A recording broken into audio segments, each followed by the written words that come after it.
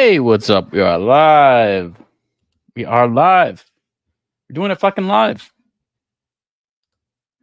This is a solo show today, so just gonna go be running through some things. Running through. This is a solo show today. Oh shit! So. Get a little back.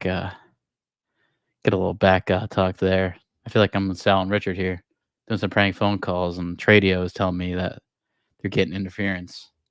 Go check out Sal and Richard's prank phone calls. I don't think there's anything better. Might be nothing better. It's one of the best. Probably the best prank phone calls of all time are through Sal and Richard. I think they just, when you're getting employed by Howard Stern to just do it all day, I think that really helps. But got some things to talk about. Got a few things to talk about for sure. I just realized I did not make my banners. I didn't make my banners, but we definitely have some things to talk about. I'm gonna be talking about Gal Gadot. Is it Gal Gadot or is it Gal Gadot? I don't even know. Hey, that kind of rhymes. I didn't even try to. Just how it's working. I'm like a radio guy here. Hey, we're doing it FNM. We're doing it crazy for you guys out there. All you hipsters and goobers and werewolves and vampires that are coming at you right now. But yeah, no, I'm rhyming. Not even trying to. I feel like I'm on. I feel like I'm on radio. So if you guys any callers that want to come in and sell some stuff, but yeah, definitely go and check out. If you haven't already, go and check out Sal and Richard on the Howard Stern Show. Go check out a compilation of all their stuff. But hey, I just set up all my stuff. I'm gonna be running through some stuff. I'm not going long tonight. I just kind of wanted to keep the stream going. We got a schedule. The show must go on. That kind of thing. No love is tonight, but hey, what can you do? I know what you can do. Do a little bit of that ham bone. Can you ham bone? What's that?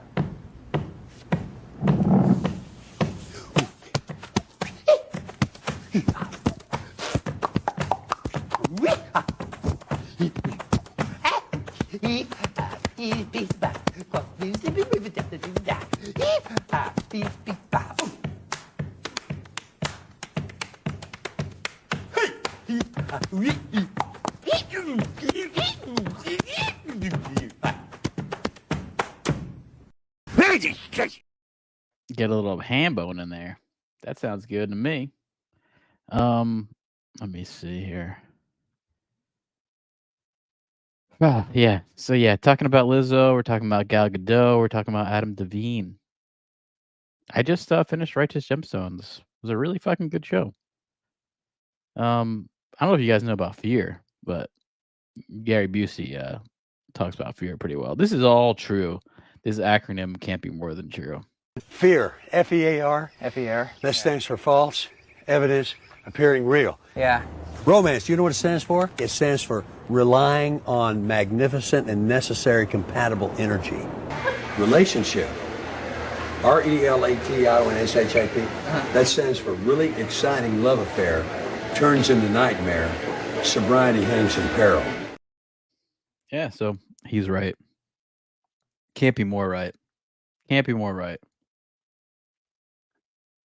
I can look at myself in the mirror and I can start laughing at myself. Yeah. No, yeah, he's totally right. So, first thing on the list here is Gal Gadot. Done at DC? It sounds like it. She's making these announcements talking about how, her whole thing is happening. Although it doesn't seem to be so. And it's created quite the stir just because like if she's gonna keep continuing as this role, it's kind of like why'd you get rid of everyone else and then just keep Gal Gadot? I kind of like feel like if this is true and it's time to just wipe the slate clean, I think that's a good idea. I mean, just wipe the slate clean. If you're gonna do it, James Gunn is gonna make his own series. Just fucking do it. That's sort of how I feel. I don't really understand the waiting game on that. It just doesn't seem, right. I think it's just you can't have one or the other. She was talking about how she said, "I love playing Wonder Woman. It's close, dear to my heart," which I get. I don't think she was bad at the role. I think it was just I don't know. The first movie was okay. The best. I mean, the funny thing is the best character in the movie is Chris Pine. So it wasn't her. I always personally had a. It took me a little bit, especially I think the first time we saw her was the first time we saw her was Batman versus Superman or something or some other fucking DC thing, and I remember thinking like, I can't understand this bitch. That was my first thought. Like, I don't understand what she's saying, which I don't know. To me, that's not good, but doesn't seem to matter for other folks. She was all right in the role. I kind of liked that first movie. Had some cool, like I liked the Amazonians. I think they're called. Like all those sequences over there were kind of cool. They kind of had a Lord of the Rings vibe to it, which is kind of cool. The second movie I saw didn't do much for me. Kind of thought that was not much to do it, and I think even like the box office really said the same thing. It didn't do well. Didn't do well. Also, it was one of those movies that was straight during the pandemic. I think it also got a release on HBO. So, really, would it do well in the theaters when everyone knows they could go watch it at home? Answer to that is probably not. But she said some things recently. So, but then this has created a little bit of a stir, just because you know, we had Henry Cavill leave this franchise, which was 100% definitely like probably, and I'll say it's like I never liked him in any of these Superman roles. I don't, but it's like I got it. It was like I always thought like, all right, this isn't this guy's fault. These are just bad stories. This guy really does look like Superman. So it's like, he really does look like a better looking Christopher Reeve, more modern. I totally get it. Like he totally kind of passes the torch from Christopher Reeve to Henry Cavill. And I know there was I forget who it was. Superman Returns. Oh God, it was a terrible actor. Never really done anything else. The movie by what's his name? Brian Singer. Oh, Brendan Routh. Ruth. I mean, he looked like him, but I don't think he had the physique or anything. Like I mean, the thing I remember Brendan Ruth the most for is Scott Pilgrim. He's in that. He's one of the ex-boyfriends of maybe it's Fiona, I forget. Maybe it's Fiona or maybe it's the other one. I have no fucking clue. Maybe it's Brie Larson. Brie Larson's best role is probably that. I also like at that time, I never the other girl really outshined her in that. That's what I remember thinking. Like I was more attracted to the Pixie Dream girl. What was her name from Scott Pilgrim? Mary Elizabeth Winstead. She kind of like stole the show over Brie Larson, especially in that movie. And smart move by Ewan McGregor, leaving his wife for his co-star in Fargo season 3. Hey, I totally understand that one. That one makes a lot of sense. She's 38 now, so it's not far from the old Ewan there, who's 52, but looks younger. Hasn't aged a day. Maybe he's got that baby blood in him. He's got that adrenochrome going. But yeah, James Gunn is facing more backlash. I feel bad for him a little bit because this is like it's hard to helm a sinking ship, especially like, you know, you're coming on when they're still releasing stuff that isn't yours. Like what is it they released? They released the Flash, and he had to like, oh, pretend to like it. And now I think they're releasing the Blue Beetle, and he's doing the same thing. He's got to pretend to like it. Now, like he'll finally be able to make his stuff. I feel like they should have quietly hired him and maybe announced it after Blue Beetle. That's what I would have done. Because it's like, has this mattered? Has it mattered that he came onto Twitter and said like, "Oh, here's what we're gonna make"? No one gives a shit. This is a day and age where the government has come out and said aliens are real. No one gives a shit. I don't think anyone cares about DC then. So the apathy is real. You got to realize that we got some serious apathy there. But he's facing more backlash because it's like, why are you keeping Gal Gadot and not keeping Henry Cavill? And that's the only one, like, out of this whole group of people, this is the only one that makes sense to keep. Only one that makes sense to keep is Superman there. I totally understand it. And she's been kind of weird on it. She's been essentially lying because she said she reportedly lied saying James Gunn and Peter Safran, who's like, I guess he's for HBO and from DC. He's sort of like a big producer there.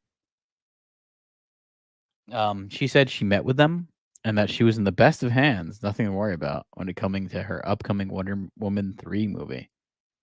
James Gunn has then said that this meeting never happened. So somebody's lying about it. I mean, I don't think James Gunn is lying about it. Why would he lie about that? I don't think he would. He doesn't strike me as that kind of guy. Then Variety apparently kind of really, or DC, I think, kind of talked to Variety and struck this whole conversation up.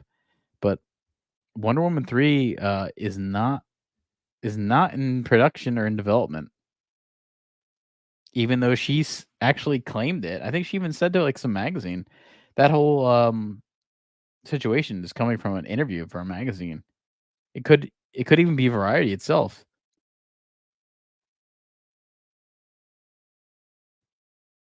Yeah, it was Flaunt Magazine. I don't know what the fuck Flaunt Magazine. Who's buying Flaunt Magazine? I've never heard of Flaunt Magazine. Yeah, never heard of that. But the sources are saying that nothing was ever promised to Godot regarding Wonder Woman 3. Although I do remember, what is it? James Gunn kind of saying, I think like people were saying like, oh, Wonder Woman's out, Superman's out, and then I think James Gunn came out and said like, hey, we never said that Gal Gadot Wonder Woman's not happening. But it doesn't seem like it, especially when he gave his presentation. You know, he gave his presentation. Let's just go to this. He gave his presentation talking about what he wants to do. He like flat out said it. Let me see if there's a yeah. I mean, we can go through it here. He said he wanted to do. I mean, some of these things are like I fucking never heard of. And I know comic books a little bit. Superman Legacy and Art. So he wants to do a Superman movie. That I think is going to be his opening to the whole his universe, Superman Legacy. Which Legacy makes me think you're talking about old stuff. Legacy's I don't know. We have a Superman casting now, so I forget the guy's name, but he is going to be that. He's definitely younger. The Authority. Um, these are characters like Wildstorm. It's a '90s type comic, which is makes sense with James Gunn. He's he was in his 20s in the '90s, so he's akin to that era. Brave and the Bold, which I believe is a Batman comic run. I know that it's like this isn't a very liked run. I know that. I know like this run happened, but it's not like people's favorite. So that is what he's doing. Supergirl, World of Tomorrow. I mean, Supergirl, I think of the 80s movie. It's fucking horrible. Go watch that. If you want to watch a good bad movie, go watch Supergirl. It's fucking way too long.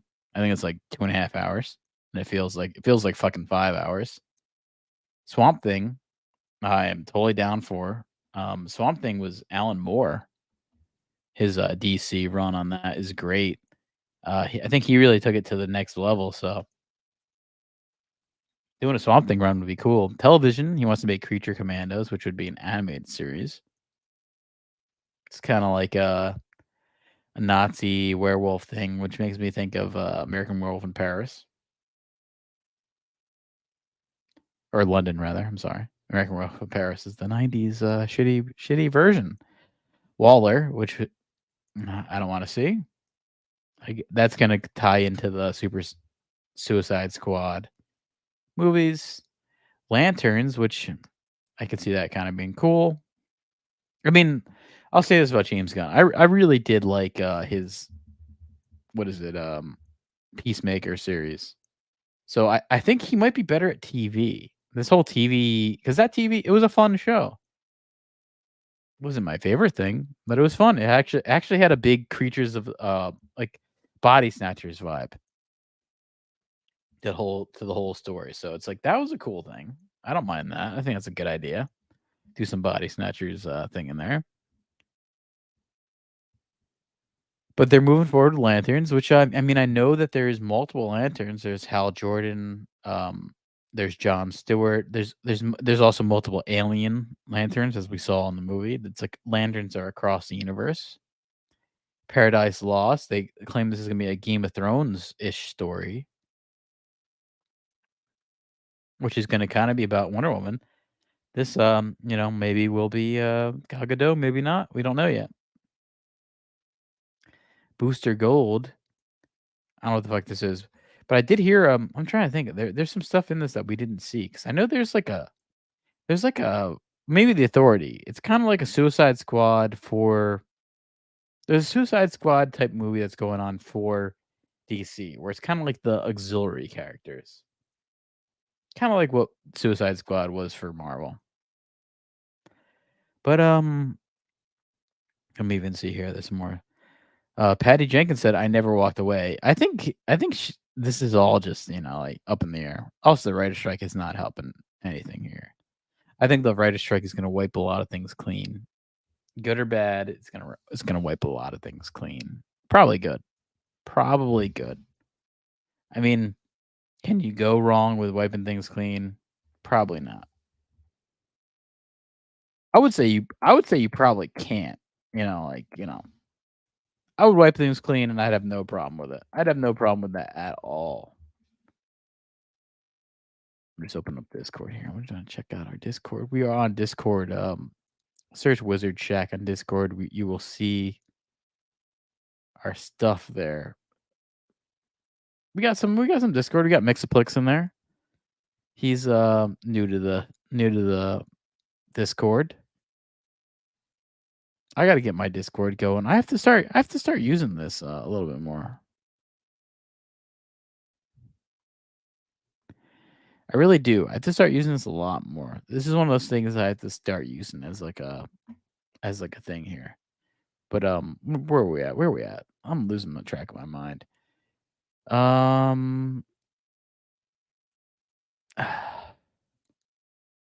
Yeah. So Patty Jenkins saying I was open to considering anything they asked of me. It was my understanding there was nothing I could do to move forward at this time. DC was obviously buried in changes.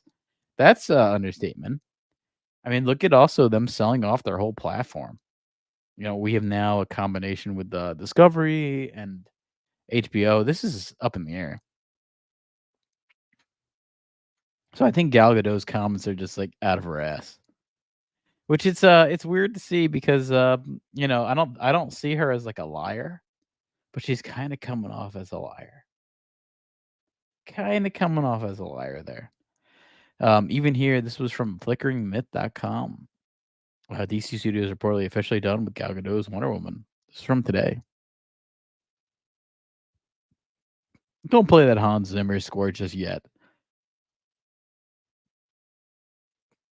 But the return of Gal Gadot as Wonder Woman is seemingly done. I mean, all I'll say was here's my like flat out opinion of this whole thing.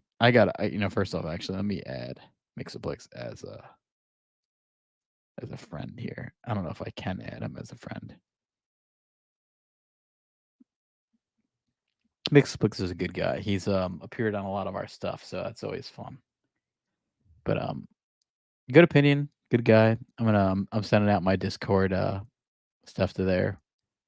I'm also just recently joining the Film Threat Discord here. I really have to, Tony. I really have to be more active on these things here. Just because there's people in these channels that could actually help myself out. I'd love to have interaction with some people from other channels. That's what I'm trying to do. I'd like to get some channels coming in here. I'd love to get other people on just to talk. They could join our stream. I have no issue. I would love to have someone else on here, talking with us and me and maybe even Jason Chicken, all that shit. I mean, maybe I'm retarded. I don't know. I'm retarded?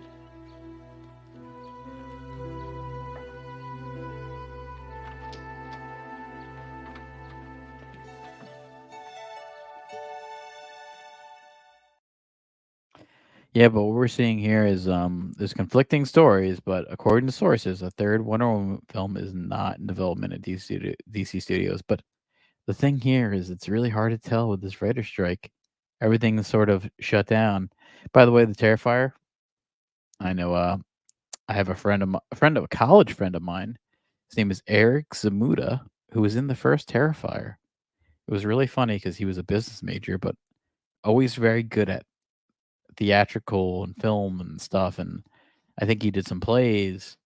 And it's funny, he was very into all these things. And then after college, he got a part in the Terrifier. He's one of the guys that gets killed at the pizza shop, and he's in that. And it was very cool to watch the Terrifier and see him in that, and especially since the Terrifier has become this big hit. Very cool for him because he can start doing some horror cons. I'm sure he could get some parts for that because everyone will remember him. You know, he might have had like a couple scenes, but this has now become a cult movie, which is very cool. But yeah, those hands reportedly like Gal Gadot go. We're talking about the DC studios. I don't blame them. I really think. I mean, I'm just gonna give my opinion on this whole scenario. Is I think you have to wipe the slate clean. I think you have to. You know, if you're gonna do a whole new thing, why not just wipe it? You know, that's one thing that Marvel has done is they haven't wiped the slate clean yet at all. They've still gone with everything. They might have to wipe the slate clean and do a whole reboot. Who knows? I mean, I'm hearing the same thing with Lord of the Rings that they're gonna just do a whole new trilogy, which of the regular Lord of the Rings, which would be horrible, but it's gonna happen.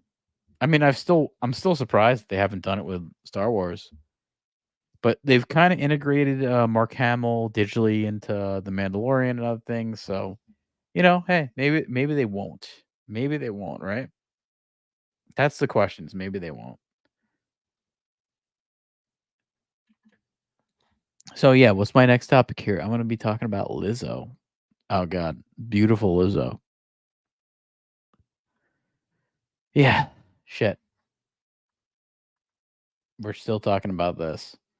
Um, yeah, you see my little comment here. You're too fat. She's came out and called her background dancers, her accompaniment on stage, too fat, which which is funny for someone who's made their like whole existence off of being PC and being what is it?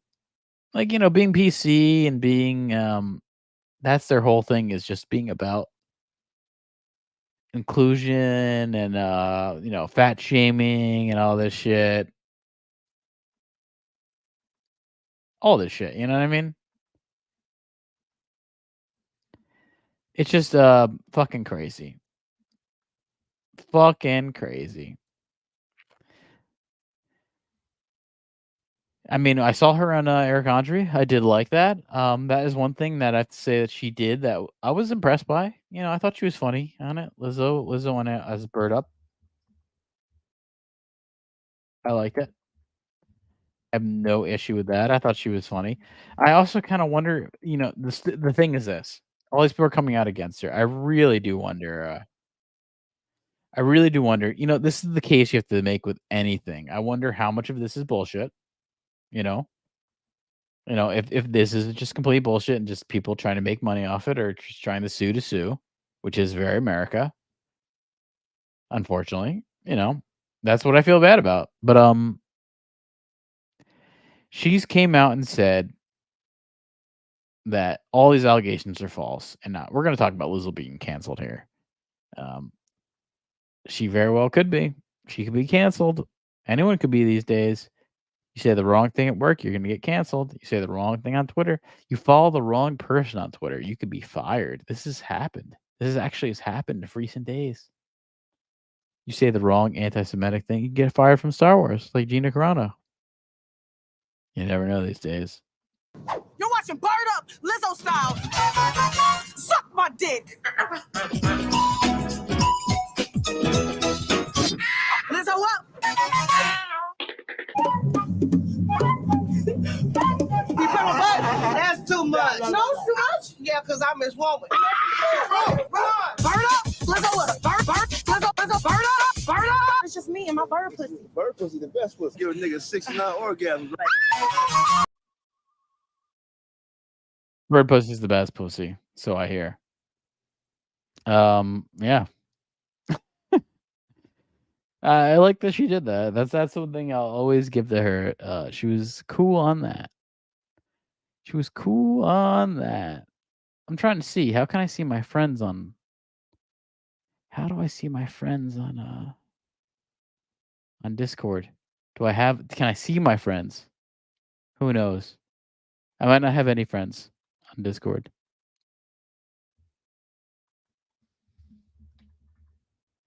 I'm gonna send Love It a tweet here or a message here. I don't know if I have any friends on here. None of my friends are online. Okay. I'm new to this, so hey. You search WizardShack. You know what? I can I think I can invite people. Yeah, sure. Let me put this in the chat here. If anyone wants to join, it's in the chat.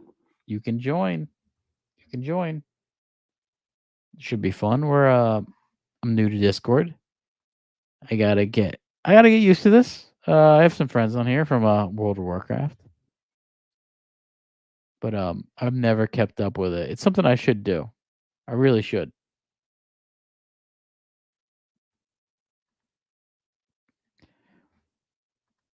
What's up, Hannibal? Not much, man. What are you doing in here?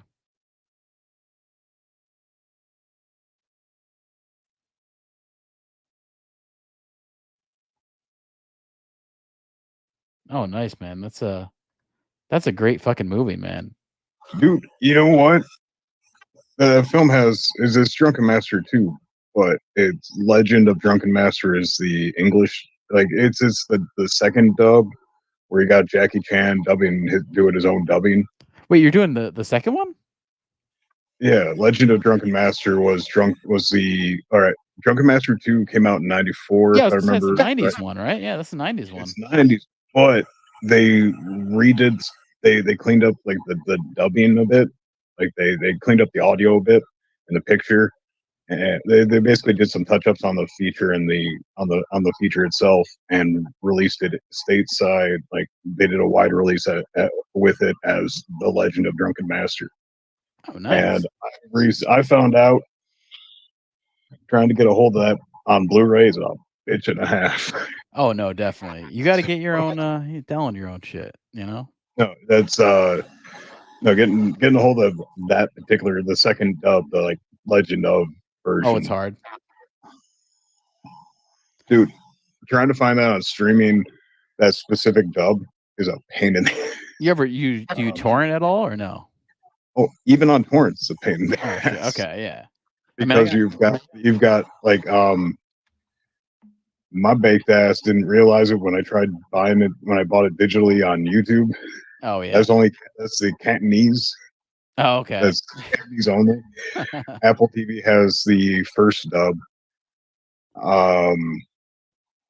And then I hit up Amazon and ordered it on Blu-ray, and then ended up finding a DVD rip of it to watch. Nice. I mean, so if my ISP decides to give me a little warning on that one, which I doubt they will, I'm going to show them a hefty receipt. Nice. I've only seen the sequel. I've only seen the first one. And I only saw it recently, and I loved it. I really loved it. You want to watch the sequel? It's a film that's on my list of no matter how many times I fucking watch that shit. Oh, it doesn't get old for me. Oh yeah. It's fun as shit. Yeah, he looks so young. He looks like he's like 17. Yep. It's so weird to see. I'll throw that shit back up on here. Nice. Yeah, I mean, I got a Plex server, so I've been kind of doing that. What's your username, man? I forget what the username is, but I got I really do have 2,500 movies. I got like a huge fucking server going on there. You wanna swap servers? Yeah, man, definitely. What's your? One second. Let me. I could share my shit. And mine should just be Hannibal Grimm. The icon, if you look it up on there, it's the same picture I use on here because I love that. That's one of my favorite historical images. Okay, nice. I love the whole battle for Los Angeles is a fucking fun rabbit hole to go down. Oh yeah. Well, speaking of that, man, I mean, like, are you into UFO stuff at all? I love thinking about it. Oh yeah. What do you think about all this new stuff? I'm gonna share my shit now. I think it's interesting. I like don't believe it at this. You know, like when you've had so many people, you know, Hold all on. these government people that have denied it Did for you so find long. did you find your thing, your Flex name, so I can share it to you? I shared you my link of everything. Oh, all right. Where? I sent it to Hannibal Grimm. So I don't know if you got like an email or something like that, but Let me check my email. my username is UFO Baby 11. Nice. All right, so have you seen Attack of the Doc? I haven't gotten a chance to get a copy. I'm gonna watch that legit. Yeah, So no, same here. I love Chris and Alan, man. Oh, Alan's fucking the best, dude. Every time I'm a projectionist, and I'm not supposed to say anything on social media about seeing the films in advance because reasons. Oh yeah. But I've got to tech. It's part of my job to tech screen, and to make sure the sound levels are good and shit. And because I'm a digital film projectionist. That's awesome. Where are you at? Minnesota. Oh, okay, nice. I got a stepbrother in Minnesota from there. Nice. Where are you about? I'm in Jersey, so I'm all the way out on the East Coast. Yeah, closest to you. There's a bunch in New York. Yeah, there definitely are. I mean, I stay away from New York though. I work at an Alamo Draft House. Oh, and you that's got a awesome, bunch man. Of All right, draft I've been to Alamo in Brooklyn a few times. Nice. It's awesome theater. I love it. Oh yeah. That's an old school thing though, to know how to project things. So that's really cool. I used to be a film major, so one of my projection buddies is the dude up in Yonkers. Oh, awesome. Okay, I've only been there I think once, but that was up there. Yeah. I've chatted with is Brooklyn's not the 28 Liberty, is it? I think it's somewhere in Williamsburg, and that's like the hipster like capital of the world. Horrible spot. I love Alamo. Oh, nice. But horrible spots is kind of their thing. I think Alamo in general is it's hipster central. Dude, the Alamo in LA is right next door to Skid fucking Row. Oh, of course. And the one I work at, it's in the area we're in is known for rich snooty folks. Oh, okay. Yeah, shit. Which is a fucking weird. And people we're across the river from Minneapolis. Okay. Are you in St. Paul? We're just outside of St. Paul. Okay. We're like between St. Paul and Hudson, Wisconsin. Okay. And as my sister likes to say it, the people in Minneapolis don't like crossing the river. Oh yeah, no way. In all honesty, we would, if they had put us on the other side of the river, we'd be a lot busier. But at the same time, we're part of a franchise out of Dallas. Okay. Where even without the majority of Minneapolis, we still rival one of the top DFW locations. So nice. Yeah, up in Brooklyn, there's another one called Nighthawk, which is kind of the competitor to Alamo. Definitely not as good. Definitely not as good. I've seen their thingy on. I've seen their every now and again, just for shits and giggles, I look at job openings. I've seen their name. Oh, okay, nice. Yeah, I mean that's interesting, man. So what have you seen recently? Have you seen like all the new stuff? Yep, I saw Demeter, but what I was saying is I hit up I DM Chris and Alan my takes. Oh, nice. Have you seen what is it? Gran Turismo? Yeah, we actually did in an early. We did like a early access screening that was Nice. open to the public. I'm actually gonna see And that tomorrow because it's the early access around here. I fucking loved it. I want to I see that so absolutely. much. It's a simple underdog story, and sometimes that's all you need. Oh yeah. It's Rocky with cars, man. Yeah, when I heard Chris Gore talk about like mention Breaking Away and mention Bad News Bears, I was like, all right, I'm fucking all in. I'm all in on that. Yeah, it's a type of film that we just don't really get as much as I would like to, but that just makes it all the more awesome when you do see it, because we need more ones that are like that. We need more films like that and like Top Gun. Yeah, we definitely do. We need more fun action films. We just need fucking entertainment. Yeah, I mean the same thing for your business. Like, you just need people to fucking come in the doors. So I'm only rooting for all the theaters, to tell you the truth. Dude, what the fun thing is what sells out the most consistently at my work?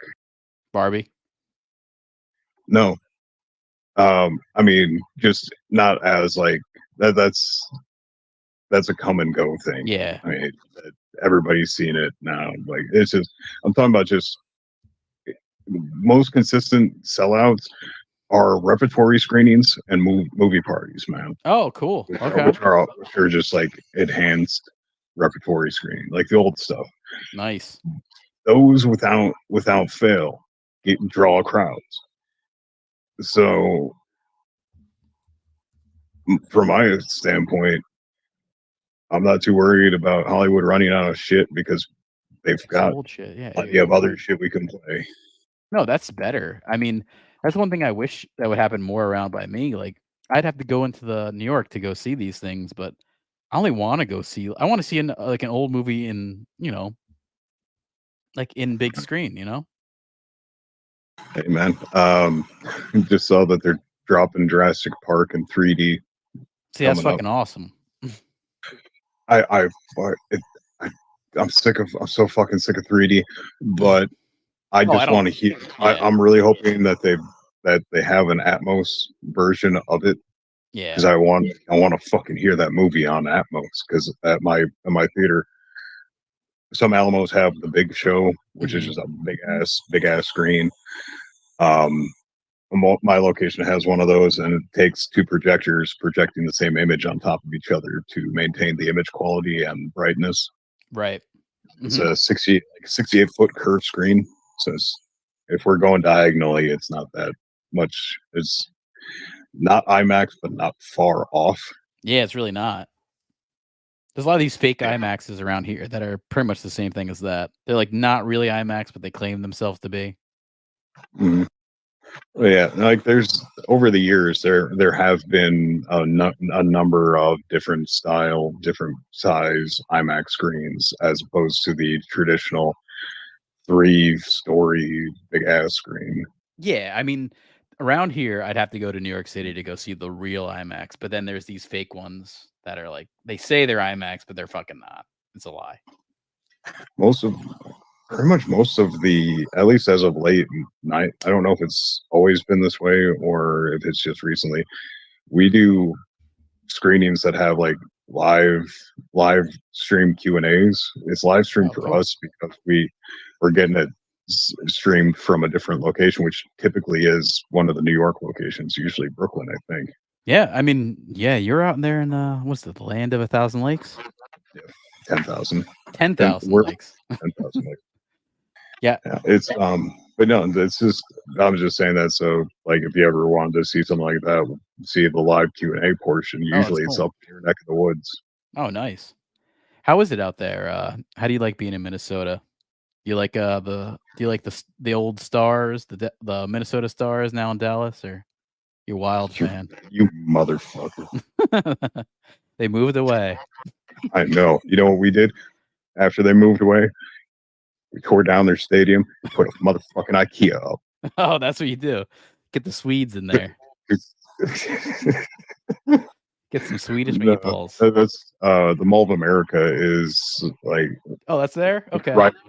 Mall of America is like right out, like right next to where the Met Center used to be. Okay. Where they used to play.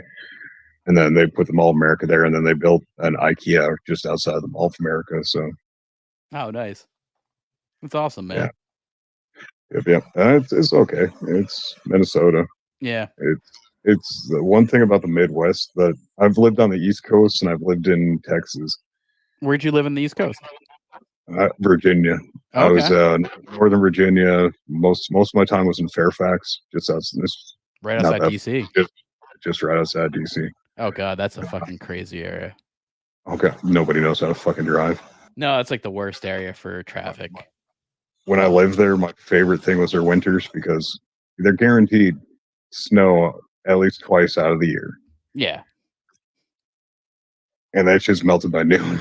Oh yeah, yeah. You're used to like bad winters in Minnesota there. Yeah, that's not when I first moved out there, I moved in with a house and a house with a bunch of buddies that had an HOA. Okay. And my first winter there, they had it was barely a dusting.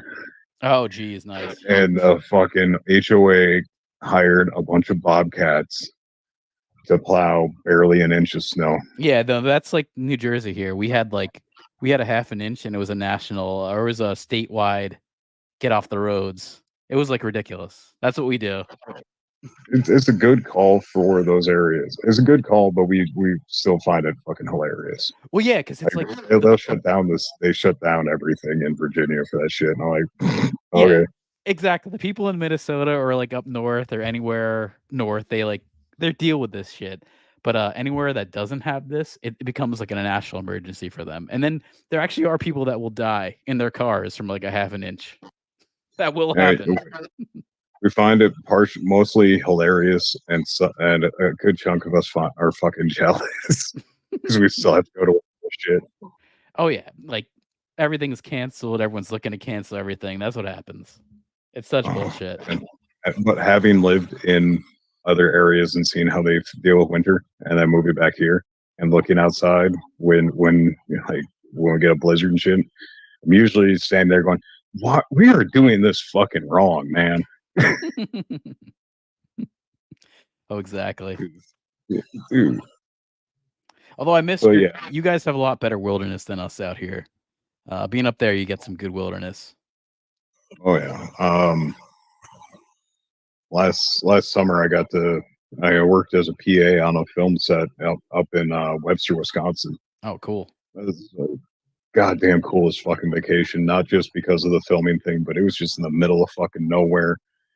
It was just fun just to get away from everything. Nice. I think of Wisconsin. I think of the Red Letter Media guys. I know they're up there. I went to fucking town on them over their Oppenheimer. Oh, I didn't see it. Did they talk good about it? They start they bitch about. Okay, so here's the thing with Oppenheimer.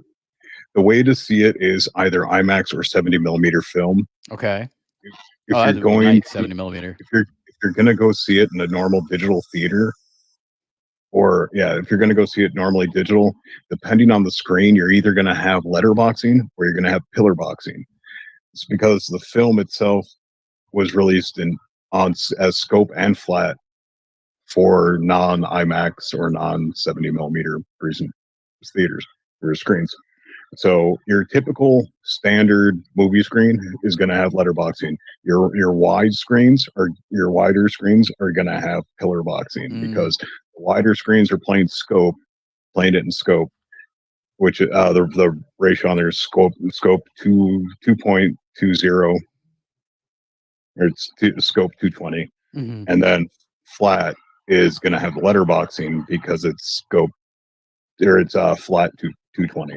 Okay. And so pillar boxing for widescreen, letterboxes for flat screen or for flat. Okay.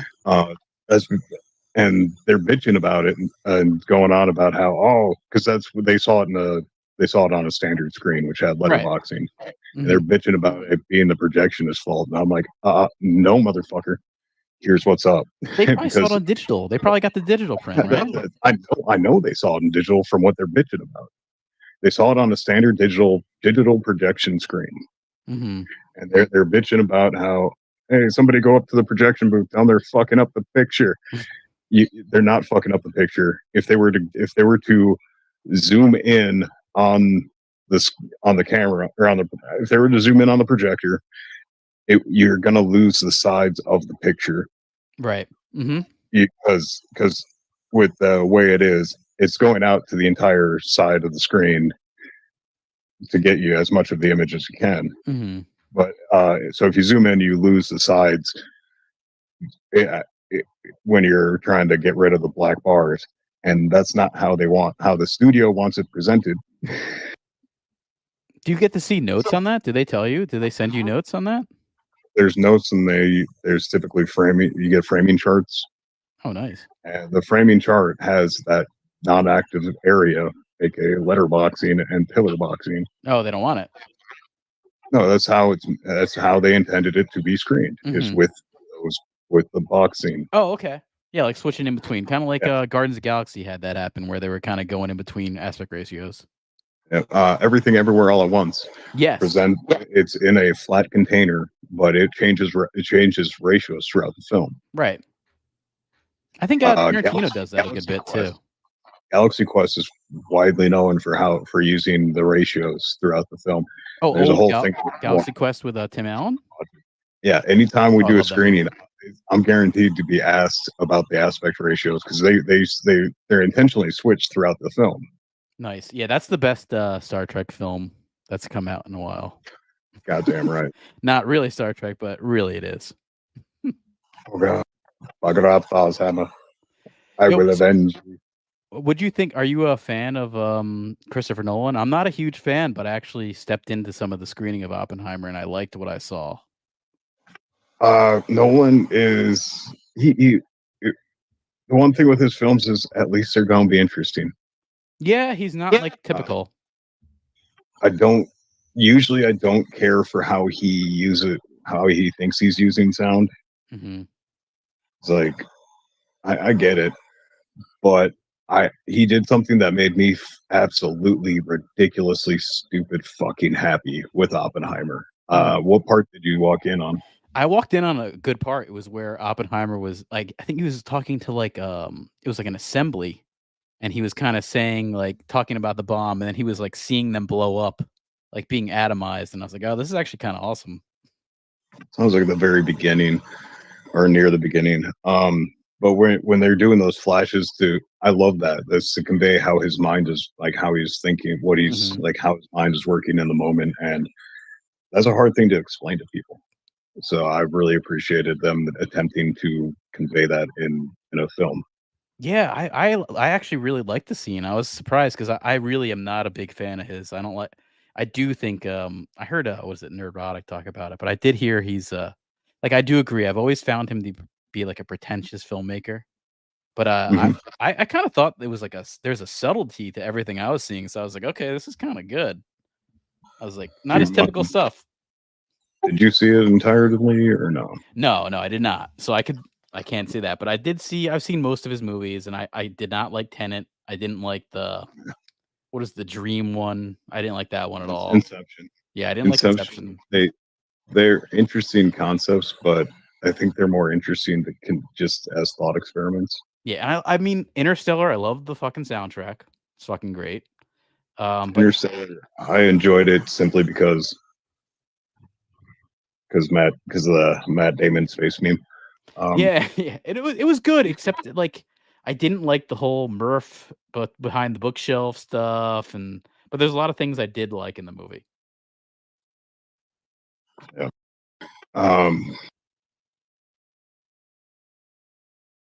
It sounds like you got a good job, man. You got a good job. I love what I do. I love the company. No, that's the best one to be working for. That's better than working for like an AMC or some shit. Oh God, I use AMC as an insult at my work. Yeah. Oh yeah. Oh, you want to see something funny? Just tell me there's a sound complaint in a film. 9 times out of 10, my answer is fuck that guy. Oh yeah. Well, you know what? Around by me, there's worse. There's worse than AMC. We got some shitty little local theaters that are fucking terrible. Like they're Oh, no. empty, empty, empty, empty. And now Barbie came out, and there's actually people here. So it's surprising to see, and nice to see, but they're crappy theaters. With the I was gonna say, do you mind if you don't mind spoilers? I can tell you about the scene that made me stupid happy. Otherwise, Oh yeah, go fuck for it. that. Go for it. Yeah, yeah. It's just the way he did, how he did the first bomb test. That scene should be clipped and used as a prime example of how to fucking subvert. At least I think, because the bomb goes off, you're sitting there expecting a big kaboom, Mhm. your ears blown out with the explosion. It's dead fucking silent. You're seeing the mushroom cloud forming. You're seeing the reactions of the people who made the bomb and are there watching the test. You are with the silent going with the focus on those two things and absolute silence. You're hammering home the gravity, the weight. You're hammering home everything to the audience of what the fuck just happened with this bomb. That sounds like that's the That's reason to go see it in IMAX too, right? Is yeah, that the big that's shot? absolutely. And then after at the end of the scene, you get the shockwave. Oh, Which okay. is So then you pure, hear the big boom. You get the shockwave, which is 98% bass. Oh, nice. It's a very bass heavy film. Along with the explosions and shit. It's very bass heavy. But yeah, no, just like leading up, the months leading up, coworkers are going, "Oh, Nolan and his sound. I don't, I don't know about that bomb scene." I'm sitting there going, "I would go silent." No, that And then sounds I see cool. the film, and I'm like, "You motherfucker, I love you." Yeah, that's super moody. I like that idea. I definitely like that idea. There's a lot to it. Like I, oddly enough, Barbie stuck in my brain more because I know about Oppenheimer. I know Yeah. this shit, so a lot of it is History. already in my brain. Oh yeah, exactly. All right, man. I gotta head out though, man. It was good talking to you though. Yeah, man. I'll be Catch you back later, on brother. here later, man. Later. That was good talking to Grimm there, Hannibal Grimm. But I'll be right back. I'm gonna come back and talk about Lizzo.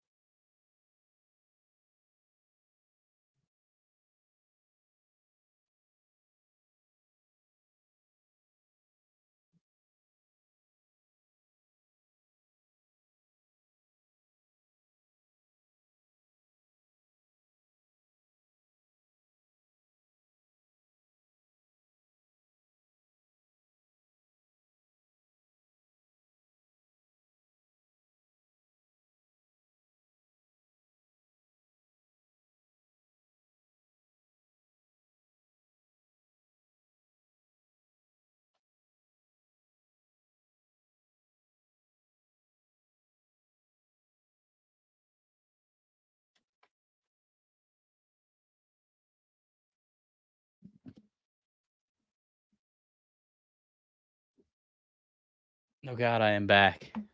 Geez, I had to piss like crazy. That's why I kind of cut that off. But I had a fun time talking with what's his name there, Grimm, Hannibal Grimm.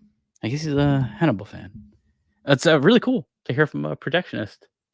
Awesome job there. I mean, especially being a film fan. That's a job I've always dreamed of having, in a sense. But I moved on in that realm of things. Can't do that now. Got a graphic design job to do, so unfortunately that. But I love that job. It's awesome. It's really fun to do. It's also he's definitely at the best theater that you can be at in the United States. Alamo Drafthouse is fucking awesome, and he's totally right. Just having movies that are being re-released that are old is the fucking way to go. I mean, Lord of the Rings really missed out their chance to do any kind of like re-release. But yeah, what was I talking about? I wanted to get back to Lizzo. Gotta get back to Lizzo, right? I know we're all clamoring for Lizzo. Oh yeah, so here's that Juckman saying, "Here's a picture no one is jacked off to," which is pretty positive. Look at this Freemason shit going on here. We got the checkered floor, we got the duality, we got Lizzo's feet, one on the white, one on the black, and then all these women who are, oh God, they look severely obese. This is not a good thing. It's like, this is scary. This is what you're normalizing is not fucking good. This is just not good. But now there's been some new accusations come out against Miss Lizzo. Is it Miss Lizzo? I don't know how you say it. It could be Miss Lizzo. It might not be. I'm not sure. All I know is bird up Lizzo. Huh? Michael Jackson, my son. Michael Jackson's your son. Yeah, man. I'm Michael Jackson. Let's go. These my streets, Eric. Macho net. Lizzo up. Turn Maroney. I'm watching. Yeah, I do really like that bit of Lizzo playing along with Eric Andre. I give her some props. Always pretty cool. Lizzo fired when they get fat. That's acquisitions here. There's been 3 more dancers that have come out. That is not good. I mean, I'm going to say 3 to begin with is bad. Now there's 6. And I mean, we saw those fatzos before. Let me count. I could count here. There's 1, 2, 3, 4, 5 fatzos on her left, and then 5 fatzos on her right. So how many more fatzos can you get? Employment law attorney Ron Zabrano told NBC that the several complaint details a sexually charged environment, while others are simply accusing the singer of not paying them. And let me just do a little insider baseball. I used to do some film personal assistant stuff and some interning shit, and I worked in New York City, and the word on the street from multiple people was there's people like this for sure. Mainly Puff Daddy, P. Diddy. Puff Daddy at the time, but P. Diddy, Sean Combs, whatever the fuck he's calling himself, doesn't pay his fucking film crews. He's filmed multiple things, and he does not pay them. And he films a lot of things in New York City, and he does not pay people. That's what I heard. But here's some fatzos. Here's 4 fatzos. Here's 1 fatso. The big thing to be is you can't get fatter than Lizzo, or else you're out. I think that's the name of the game. I mean, look at these women. I kind of thought, like, when we first started covering this, like, oh, she's probably just talking about dancers that maybe got a little too heavy. They're supposed to be dancers, but look at this. I'm not sure this is a girl. That's a fucking Mack truck. I mean, this one here in the middle, not the one here, the one to the left. It's hard to see with their bodies. They blend together. This one here doesn't seem to be too badly obese. And this one here, the third one out, judging by leg size. I mean, this girl's got some legs, but I think it's just her makeup. Yeah, geez. But yeah, there's been some allegations where Lizzo has gotten out of hand, inviting cast members to take turns touching the nude performers, catching dildos launched from performers' vaginas, and eating bananas protruding from the performer's vagina. That's what she wanted them to do. Here's this group here. According to Zambrano, the About Damn Time singer once called out. I guess that's the song. I don't. I'm immune to pop culture, so I don't really know that song. Not at all. I mean, I only know this from looking this up. Once called a dancer's weight at South by Southwest during a post-show meeting. She did not like it. She claimed that they needed to lose weight or get out, and I guess they fired them. And that's enough to get a little suit there, especially if you can document it. These accusations are personally they're hard to document. It's one thing you have to like realize when you're trying to do these things. This is not easy to document if you don't have proof. I mean, do you have emails? Do you have official emails? Do you have written stuff? I can only hope on these dancers. I doubt they do. I kind of think this is all hearsay, which is probably why Lizzo will just need to wait a year and then she'll be fine. That's unfortunate truth. I know that's really all it is. She's been canceling her things. Let me see here. I know there's some stuff. She's canceled some shows. So some shows have already been canceled. Her legal woes are starting.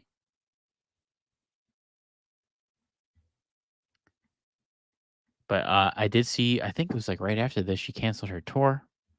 You know, she's having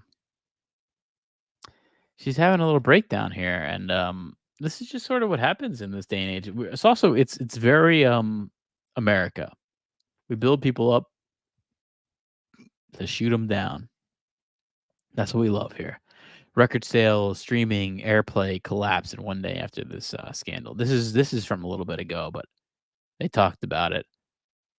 I think she canceled a show, and then all her streaming stuff has really taken a hit. So Lizzo not having a good couple weeks. Yeah, she can look at herself in the mirror and she can laugh. I mean, can't we all? I know a certain person called Gary Busey might be able to think the same thing. Can you ham bone? What's that?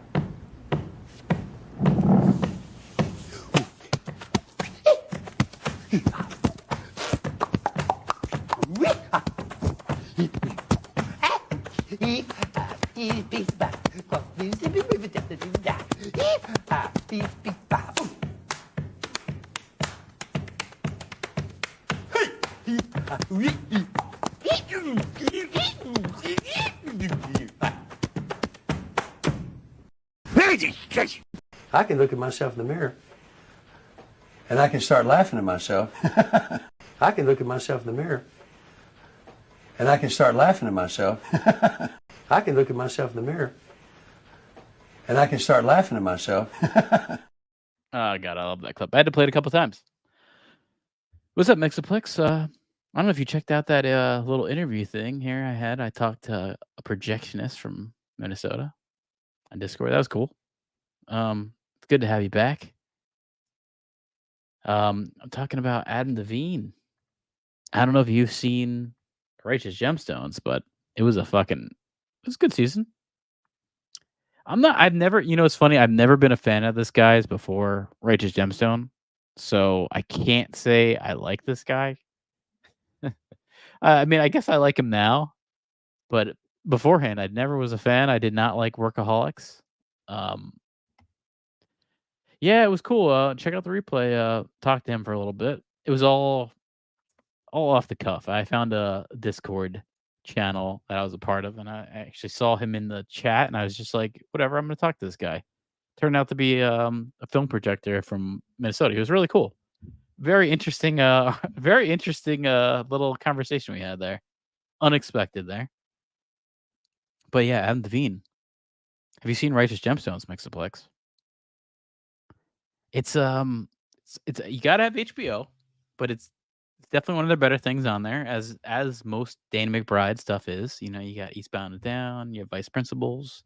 This is his new thing. It's probably his best thing. The first two seasons are definitely better than the third season, but still good.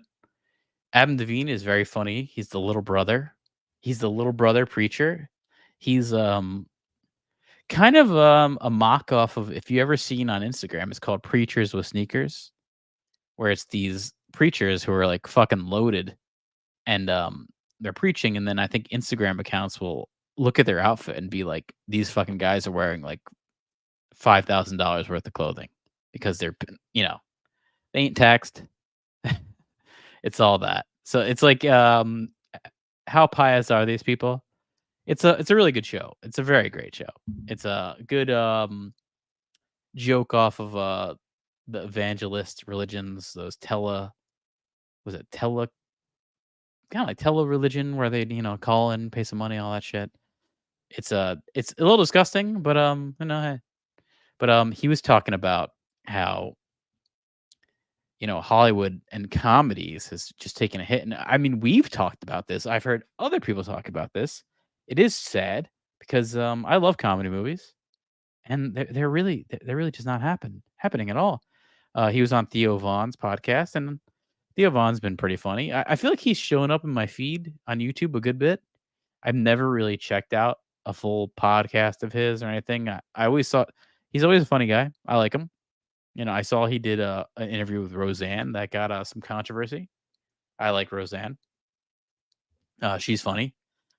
You could I mean, I know she got in trouble for saying this lady looked like Planet of the Apes, and I think she said it. She said she was on Ambien, and she didn't know this lady was, I think, like part black. But you can look this up. This lady does look like she's from Planet of the Apes. It's like the joke was like spot on. Like, I have no issue with the joke because this fucking lady looks like she's from Planet of the Apes. She's almost looks like she's got the makeup on from like the 1960s movie. So Roseanne was not wrong on that. But here's this clip on Theo Vaughn. This was very cool. Made me like Adam Levine even more. I'm not a fan of his standalone comedies. I've only really liked him on Righteous Gemstones. So I'll put that out there. There used to be something like every studio would put out several comedies every year, and there was like 45 or 46 comedies in the theaters every year. So about every week or every other week or so, there's a new comedy in the theaters. And then now last year there was like 6 or 7.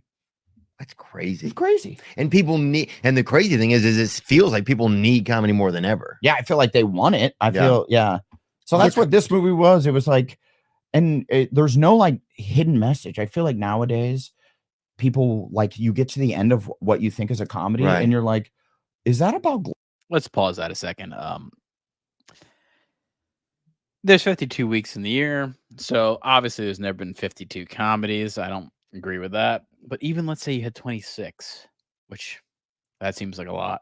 But I would say around, like, let's say you had, maybe 15 comedies a year. That'd be fucking awesome. global warming? Yeah. Yeah, you're like, is there like some deep hidden message that I'm supposed to recycle more, or Yeah. like, Yeah. there has to be something else. Right. with Oh, it. the moon is trans? Is that what? Yeah. Is that the surprise ending? Yeah, you're like, okay, I guess we do have to think about that, don't we? Yeah. I agree. There's a lot of there was a great movie. And that's what your David Spade and your movie is about. It is, yeah. Trans moon. Yeah. Hey, you gotta have a trans moon in there. What moon is not trans, right? It's got both genders. Well, you know what? We're gonna think about some occult themes here. The moon is actually typically female, related to female energy. The sun is always related to male energy. So you got the male energy with the sun and the Leo, and you got the moon energy with the women. You've heard about moon cycles, all that thing. So hey, I don't think the moon's trans, but I think there's definitely some female energy. Yeah, you guys are just the people to spread that message. Oh, it's Thank about you. transportation. It's about a lot of vehicles admitting who they really Yeah, are. it's That's like what it cars wanting to be motorcycles wishing they were scooters. is. Yeah, it's where things are, man. Oh man, this is so true. This is disgustingly true. It seems like there always has to be a message. That's the unfortunate truth. There's always got to be a message with some of these movies. That's the Hollywood. You got to have some kind of theme. You got to have some kind of a theme that relates to modern day. When do you really need to? This conversation is transformative. Oh yeah, yeah. I like that little pun there. It is transformative.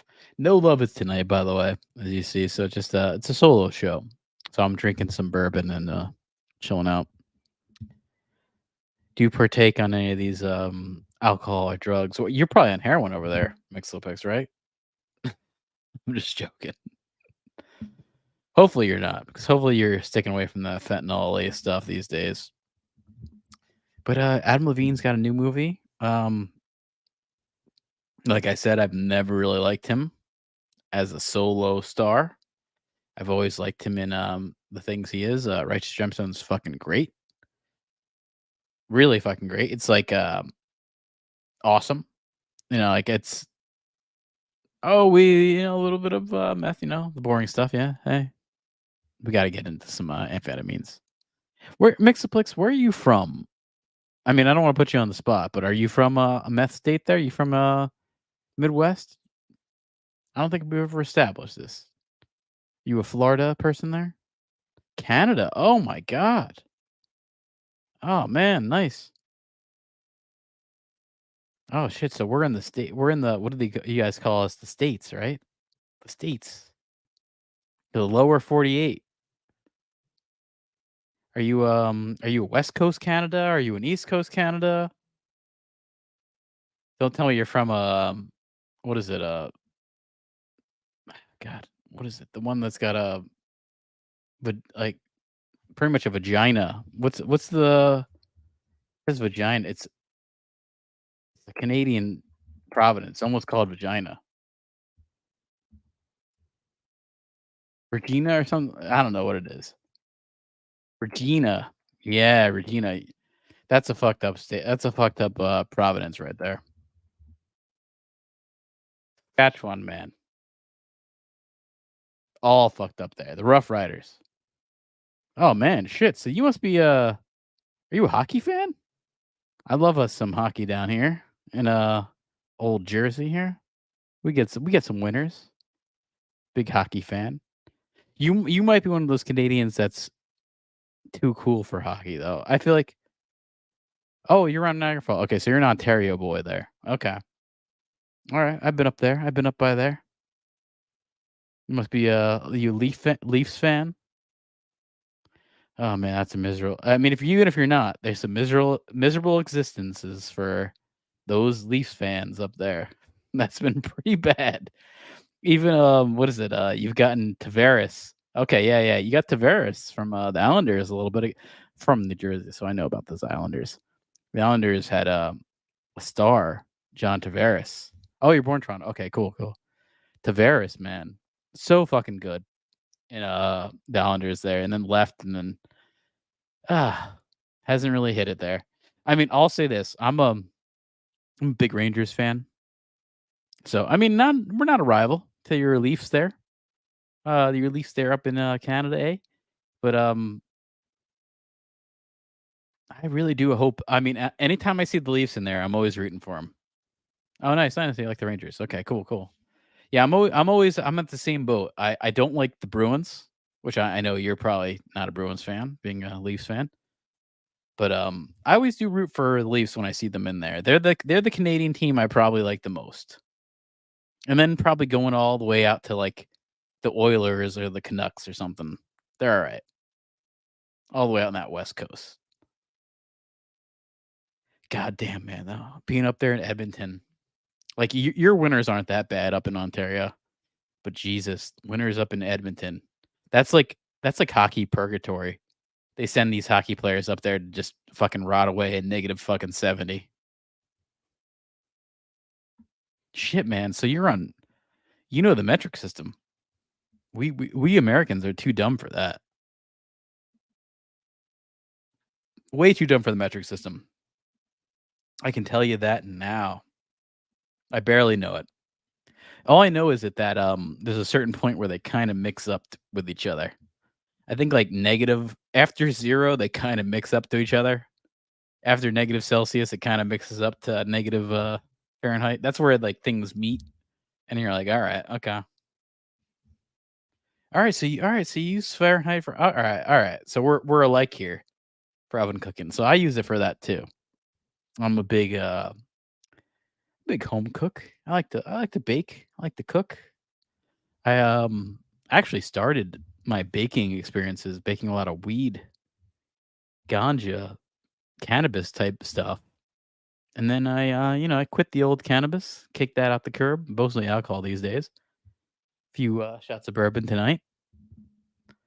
But yeah, cooking is fun, man. Big fan. Big fan. I really recommend using an air fryer. It's been my new favorite device of late.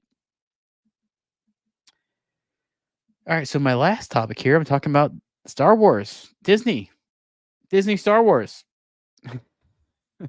where everything went to die.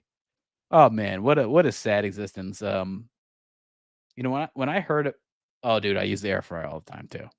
It's the best. I use it like all the time now. I like got it and I was like, oh, I'll use this for a little bit. Now it's like the only thing I use. It's fucking awesome. Nothing better, especially you're cooking for a few people. You're cooking for like 1 to 3 people. Use the fucking air fryer. Use that air fryer. I use it all the time. I mean, especially, I like you have like if you have a young kid, good, you have kids, young kids. Oh my god, I would only use that shit all the time. Bake up stupid shit for them. I would use that all the time. To stream, I use StreamYards. It's a little expensive, but I do like it. I do like StreamYard. I used to use what was that? The fucking God. I used to use what was the app? OBS for a while because I was streaming games and shit, and like that's the thing. It's like it depends on what you're streaming. If you're streaming games, use OBS. It handles like gaming and stuff way better. If you're streaming like little bullshit like I'm doing, like me and Lovitz are doing, or bringing up articles, just talking about it, this is fucking perfect for it. It's perfect for it. That's why I had Streamlabs before.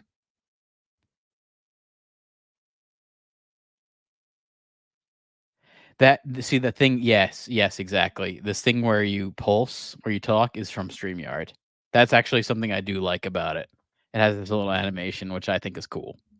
That's I thought I like was trying to research how to do it on OBS because I do like it too. That's something that it's funny. Like that's something that actually stuck out to me when I saw other people. You'll actually notice once you see that I said this is StreamYards, go look at like everyone else's streams, and you'll see they're all using StreamYard. It is really popular. I'll even find like little weird, shitty, fucking random podcasts, even through like shit I work with, and realize they're using StreamYard. It's cool, but I really have to say it's expensive. It's not cheap. They really should be cheaper. I only hope that StreamYard gets better. Maybe they'll make things cheaper. That'd be kind of cool.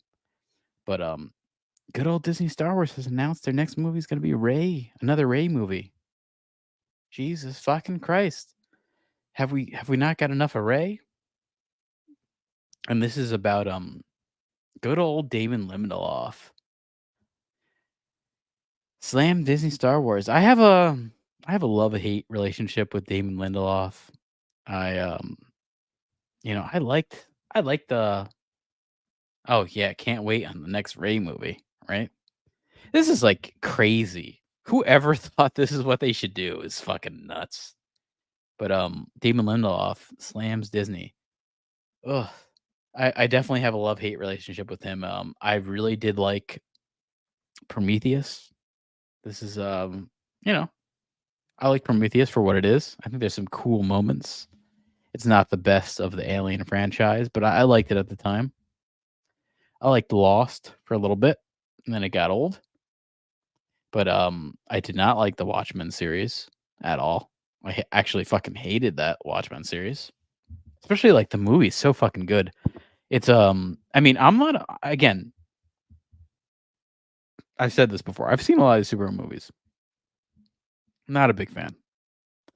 One of my favorite movies of superhero stuff is Iron Man, Watchmen, the Guardians of the Galaxy series. And I did like the new Guardians of the Galaxy. I liked it a lot. It's I think it's streaming right now on Disney Plus. But those are the stuff I think I liked the most. And but Damon Lindelof, I did like Prometheus. I thought it was really a good start. Oh yeah, Winter Soldier is good. I definitely agree. Winter Soldier is one of the better ones. That is a good Marvel movie. That is a good movie. That's actually up there. And I mean, I think just Captain America was just a good character. It was a very, I mean, super fucking wholesome character.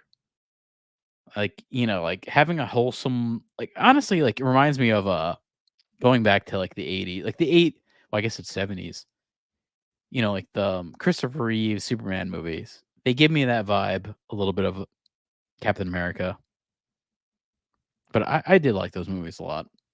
And even like the first Avengers. I like the first Avengers a lot movie too. But I know that fucking guy's canceled up to fucking hell. Josh Whedon will never make a movie now. And he was good at what he did. That's the thing is like if you're good at what you do, just fucking who cares? It used to be like that. Used to be like all these fucking directors had fucking skeletons in their closet. All this shit. Fucking Roman Polanski fucking raped 16-year-old girls for his whole life. And made all the movies he wanted to. Got Rosemary's Baby made. All these things. And now he's gone. You used to be able to do whatever the fuck you want. Now you can't do that. But I like me some Joss Whedon. I like Firefly. To an extent. Not my favorite thing. It's it's like I know these people that go crazy about Firefly. It's okay to me. I wasn't like thrilled with it. I liked it. I get it. It's got a Western thing with a sci-fi. It's cool. I liked it. Yeah, it's good. It's definitely good. I mean, I'm gonna say this. I always liked Buffy the Vampire Slayer too. So this goes back, and I don't know if he was behind Angel, but Angel wasn't bad either. But Buffy was cool. I mean, I think he's a good director. I think he knows what he's doing. Especially look at fucking the Avengers. It's fucking great. It really is like a great ensemble movie. That's why he got the wasn't it Suicide Squad? Did he get the first Suicide Squad? Or maybe it was Batman vs Superman. They like handed over to him to make something. I think it was Batman vs Superman after Snyder dropped out. I don't think he actually dropped out. I think the studio kicked him out, which is terrible because I think it was over his daughter committing suicide or some bullshit. So pretty horrible. His daughter commits suicide and then they fucking fire him and bring on someone else to make the movie. And I saw the Snyder cut. Yeah, it was Justice League. The Snyder cut is way better. Way too fucking long, but it's way better than what happened. Way better. And I like Zack Snyder. I liked the Dead remake. I liked that I thought it was fun. Not the best movie, but that zombie casino Ocean's 11 thing. I forget what it's called now. God, that sells you something. That's not good. I can't remember the movie I saw. But there's zombies, there's casino. I'm gonna search this. Zombies Casinos movie is gonna be my Google search. It's called Army of the Dead. It was on Netflix, and I liked it. I like Jason Bautista or Dave Bautista. I like Batista from WWE. Dave Bautista. Wrestling fan here. I never saw Batista in. Yeah, it was okay. It was okay. It really was. I mean, it was kind of fun. That's all I'll say. Like, there's some moments in it that I really do like. The effects aren't that good, but it was okay. I never saw Batista in the WWE, but this is going back to. I'm gonna say this is going back to Ohio Valley Wrestling, OVW. He started there. I remember this was like late 2000s.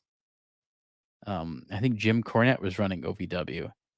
And he started there as a character called Leviathan. And that was kind of cool. So I never saw him in the WWE because I was kind of done with wrestling at that time. But I know he's in there. Never been a big wrestling fan after that Stone Cold era, but I know he's in there. But Damon Lindelof says Star Wars exit wasn't his call. I was asked to leave. You know what? Honestly, to tell you the truth, to even give him a fucking movie to do for Star Wars is ridiculous. He's like failed enough. He's failed enough. And this guy, I mean, Damon Lindelof, he was a fan writer. I know this just from, I don't even have to look it up. I know this just from reference. He was a fan writer he like wrote fan fiction and other things. I think J.J. Abrams connected with him to like, hey, I really like your fan fiction. Can you come and write for this? And it was Lost, and he did, and that's sort of where he started. But he was a fan fiction writer, and then he started to get into Lost and all that shit. And I guess he got a Star Wars part. But I joined the Star Wars universe, and I was asked to leave.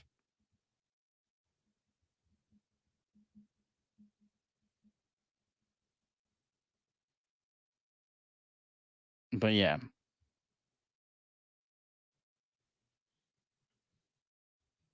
Yeah, so that'll be interesting. It'll be interesting to see what happens here.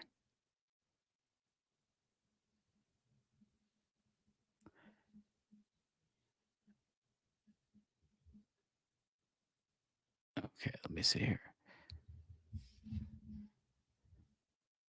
Let me see. So, yeah, Damon Lindelof exit. I was asked to leave, but I'd absolutely try to do it again. That's what he's saying. He's kind of saying like, hey, he was kind of playing ball for a while. Like, hey, if you want me to come back, I would do it. You know, that's his fan. He would say I would do it. And then Damon Lindelof throws shade at Star Wars, which is finally cool. He's started to talk about how Star Wars was shit, which is fucking awesome. Because hey, I can only imagine how bad it is to work for Disney Star Wars. That ain't a fun thing.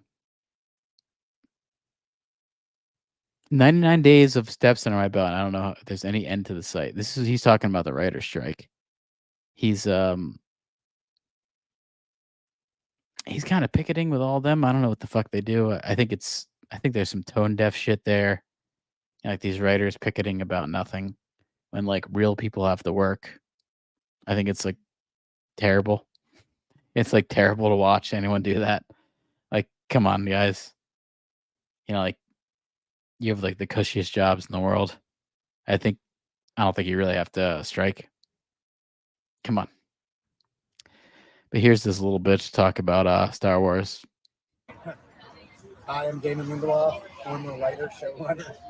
Hi, I'm Justin Gibson, screenwriter. We're here at Disney on the 100th day of the strike. How are you guys feeling 100 days in? How are you feeling? Resolved, I think we were just talking about it. I feel more passionate about what we're walking for than I was on day one. But yeah, they don't have the same amount of people backing them as other workers at strike. Yeah, I mean, come on. What they're doing is ridiculous. You know, like, you guys fucking write for... You have the cushiest job in the fucking world. Go talk to a fucking coal miner. Come on. 99 days of steps under my belt. Don't know if there's any end in sight, but feeling good, feeling strong, feeling convinced, unified. Yeah. No, I feel incredibly strong. I feel incredibly lifted. I really hope they strike forever. I honestly, you know what? I can go watch old movies. You know, I can go watch... There you go, yeah. I can go watch season 1 of She-Hulk and have a fun time. Actually, I had a coworker who recommended She-Hulk to me, and I was like, really? Really? You sure about that? You sure about that? That's what I thought in my head. I was like, yeah. Yeah. No, really. He said him and his wife liked She-Hulk, and I was like, okay. Because I actually watched it at the time, and I didn't want to say anything. I was like, I'm not gonna say anything. I'm gonna keep my mouth shut on this. I'm gonna bite my tongue. That's what I thought. But I was like, you sure about that? I kept kind of saying like, you sure you like it? You sure you like it, bud? Like, I mean, I'll say this about She-Hulk. I hated it, but I hate watched it. I like hate watched it. I had a good time hate watching the series. So there's that.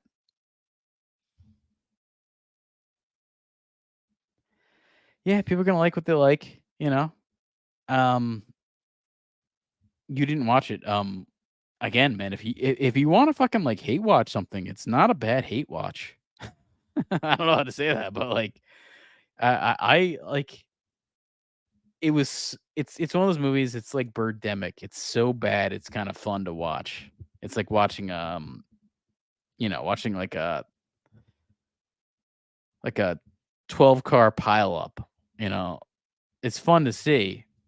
Shitty to kind of like know the outcome, but not a bad entertaining situation. That's what She-Hulk would remind me of. Oh, you watch this? Okay, nice, nice. I love this brew. It's got that lesbian haircut too. Yeah, Disbrew goes in depth, man. Um, yeah, Disbrew's a good dude. I like everything he's done. I subscribe to Disbrew. Like his stuff. He's one of those people I really wish was on Nerdrotic a lot more. And I know he does a lot of stuff with Critical Drinker.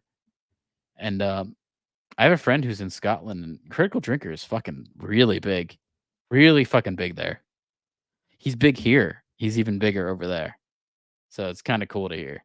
I mean, I think the whole world is on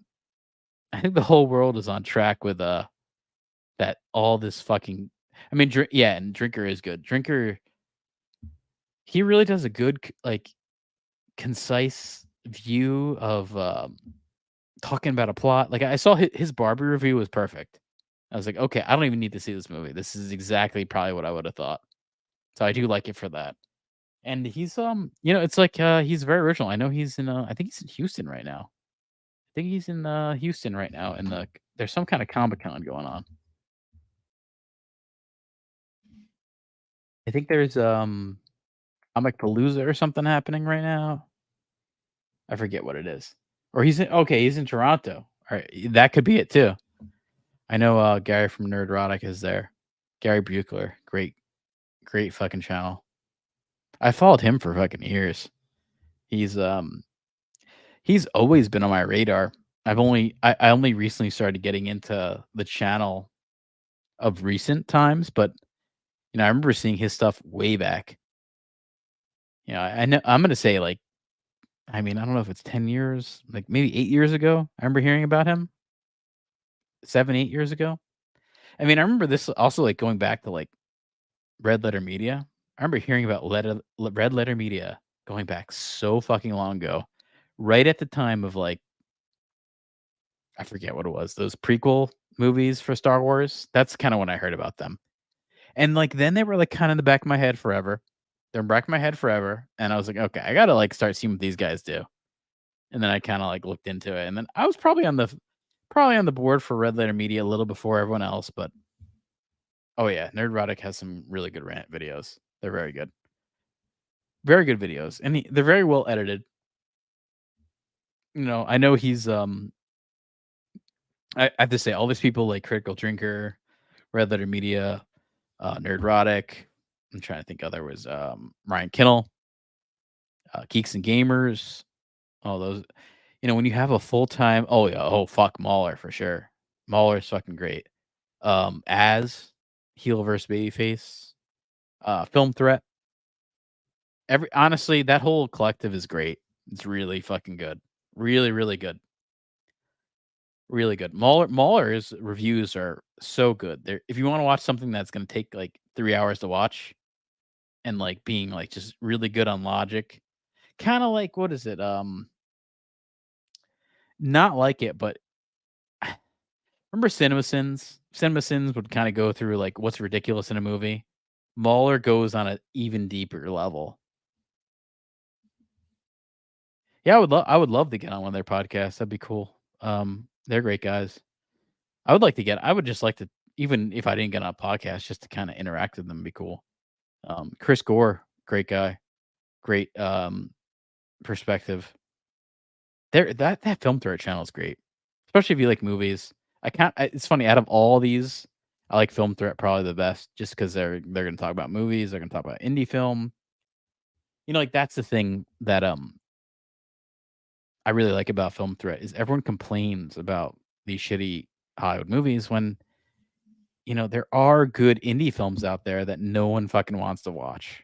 That's like one thing that I totally agree with Chris Gore on. Like there are good things to go watch. It's kind of like music too. There's always crappy mainstream music, but you can go find good music. It's the same thing with movies. You can go find good movies. They're there. Just they're not getting pushed. And then there are some that get pushed into theaters and actually turn out to be good. It's just very rare. I mean, I think Everything Everywhere All at Once was good. I think a lot of the stuff A24 does is good. They are Warner Brothers, so I wouldn't say they're super indie film, but of years past, there's been very good indie film. But yeah, these guys are people who are passionate about what they do. It's very nice. You know what? They have the time to be passionate what they do. I envy them. Like these people that have time to go make these videos. It's cool. It's great to see all these Here's Damon Lindelof complaining more about Hollywood and his bullshit picketing. people out here. I don't feel like anyone is wavered, at least in my circle, and it's a pretty big circle. Everyone is here. Everyone is ready. Everyone is not giving up. No one is sitting here saying, well, You can look at how happy Damon Lindelof is to have a black friend too, by the way. He's like ecstatic. Look at me, I have a black friend. It's hard for everybody. We all know that, but at the end of the day, like, we're in this fight for the long haul. We're gonna get what we need to get. But seriously, I mean, that's the funny thing about white people is, and I mean, I think I've known people, and I've been guilty of this too. You're so ecstatic to have this black friend. This is that. This is that like, personified. We're a little jealous about Sag's t-shirts. We're a little bit Sag. We're a little Sag jealous has of Sag's better t-shirts. t-shirts. Yeah. We could have done better. We could have. Yeah. We could Look at have. me. But Look at no, me. this I'm not racist at all. I have a black friend. This is a great He's got a Black Power shirt. day.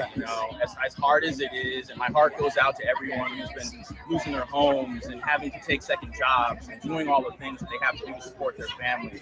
But this will not be done in vain. This will be done so we have a better future for writers, for actors, for everybody out here on the line.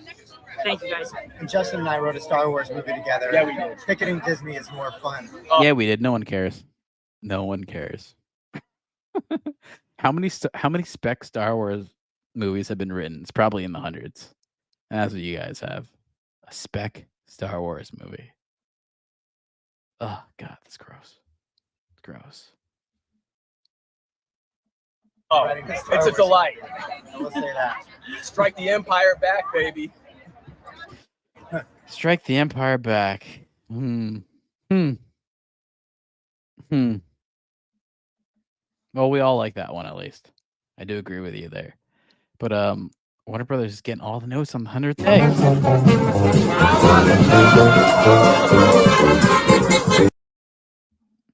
Oh man, witness this phone down.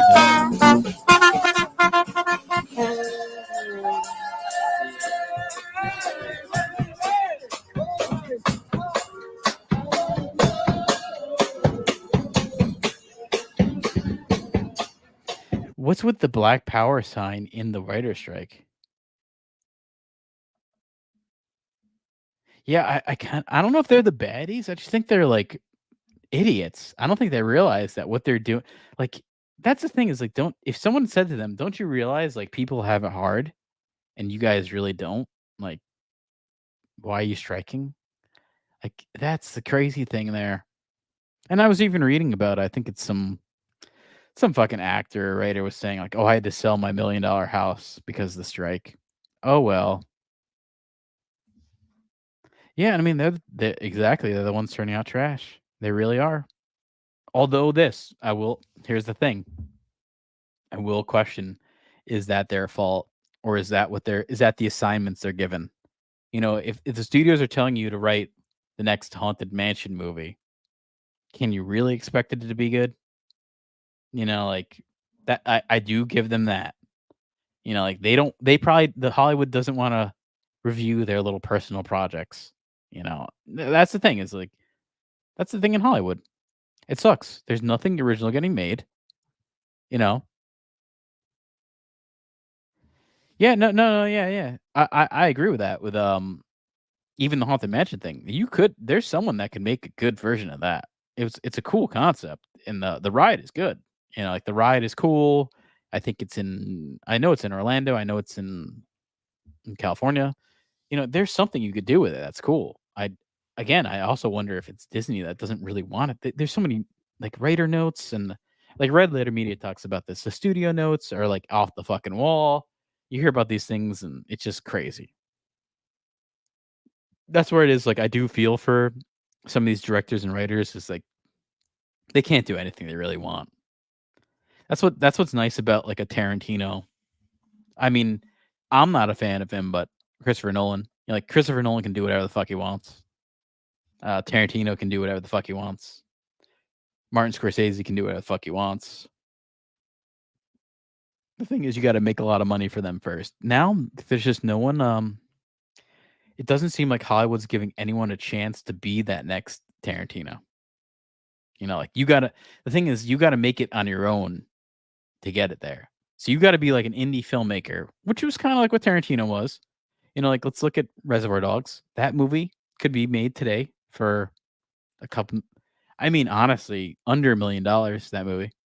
What happens in that movie that's really crazy? Nothing. Like that movie could be made for under $1 million. To me, at least. And something like that could go out to theaters and be a big hit. I mean, but again, like I know The Sound of Freedom. I think that's $11 million movie, which to me sounds like fucking crazy. That's a lot of fucking money. But going up against Indiana Jones and beating it, I think that movie has made more money than Indiana Jones, which is a $300 million fucking movie. Which is fucking sad. Fucking sad. And even that, I like that director. I know he did Logan. He's a pretty good director. I forget his name, but what I gotta find this. What's his name? Destiny. James Mangold. James Mangold is the director. He's a good director. I think he was like stifled by Disney studio notes. Lucasfilm, Disney, whatever you want to call it. Studio notes. He had to make a movie that was he had to make a Steven Spielberg movie, and he failed at it, but did do it. Whereas, like, I really do like Logan. It was good. It was really good. I'm a fan of James Mangold. Ford vs. Ferrari was really good. I think he's a good director.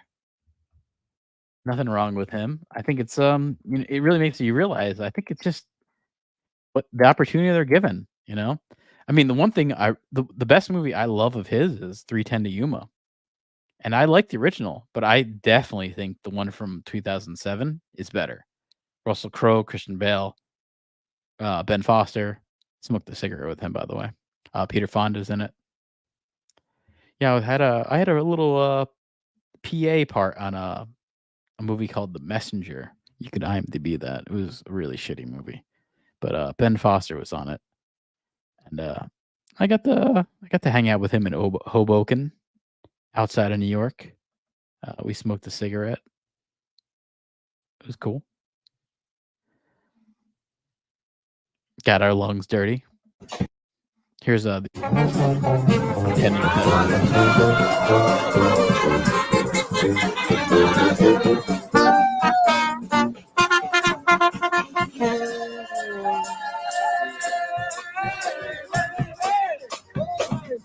God, I hope they strike forever.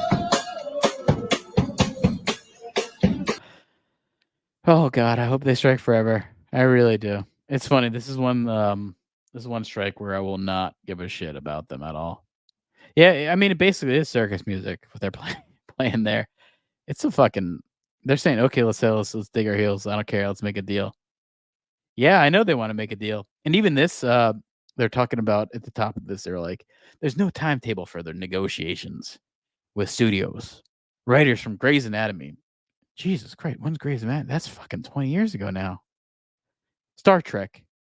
Oh my God, that was fucking horrible. Every single thing that's happened with Star Trek. And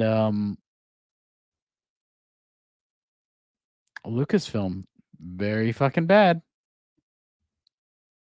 So shit. I don't know, man. I'm not seeing good things happening here.